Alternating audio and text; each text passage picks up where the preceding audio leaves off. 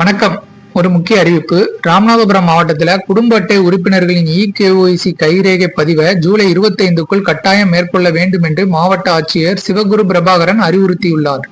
அரசின் உத்தரவின்படி குடும்ப அட்டையில் இடம்பெற்றுள்ள 5 வயதுக்கு மேற்பட்ட அனைத்து உறுப்பினர்களும் அருகில் உள்ள நியாய விலை கடைகளில் நேரில் சென்று கைரேகை பதிவை மேற்கொள்ள வேண்டும்.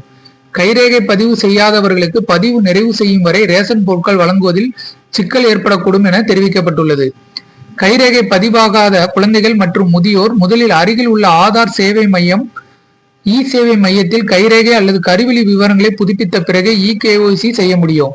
வேலை நிமித்தமாக வெளியூரில் தற்காலிகமாக வசிப்பவர்களும் தங்கள் குடும்ப அட்டைக்கான இகேஒய்சி பதிவை மேற்கொள்ள வேண்டும்.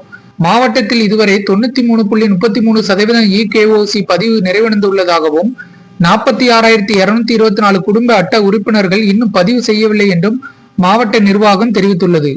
மேலும் குடும்ப அட்டையில் இடம்பெற்றுள்ள இறந்த உறுப்பினர்களின் பெயர்களை தொடர்புடைய வட்டல் வழங்கல் அலுவலகம் அல்லது ரேஷன் கடை மூலம் நீக்க நடவடிக்கை எடுக்குமாறு பொதுமக்களுக்கு அறிவுறுத்தப்பட்டுள்ளது.